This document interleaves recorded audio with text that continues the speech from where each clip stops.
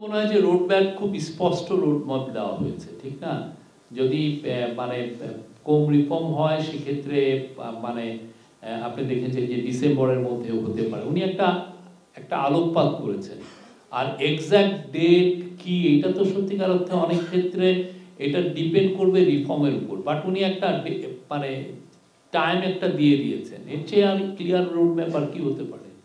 আপনি এক্সপেক্ট করতে পারেন যে ইলেকশন হচ্ছে 2026-এর জুনের 30 তারিখের মধ্যে। এটা তো একটা স্পষ্ট তো রোড ম্যাপ, ঠিক না? এখন আপনি যদি বলেন যে নমিনেশন পেপারের ডেট কবে, শিডিউল এটা তো নির্বাচন কমিশন দেবে।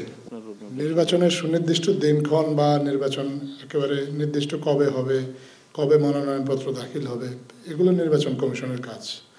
সরকারের কাজ হচ্ছে নির্বাচন কমিশনকে ফ্যাসিলিটেট করা, এবং এই নির্বাচনটা যাতে সুষ্ঠু হয় এটার জন্য প্রয়োজনীয় কিছু সংস্কারের একটা জাতীয় দাবি আছে। রাজনৈতিক দলগুলো থেকে, দেশের মানুষের পক্ষ থেকেও একটা দাবি আছে। এবং আমাদের যে জুলাই বিপ্লব, সেটার স্পিরিটটাও এটা যে আমাদের এর আগে আমাদের যে গণতান্ত্রিক যে প্রতিষ্ঠানগুলোকে পুরোপুরি ধ্বংস করে দেওয়া হয়েছিল, মানুষ দীর্ঘদিন ধরে ভোট দিতে পারেনি।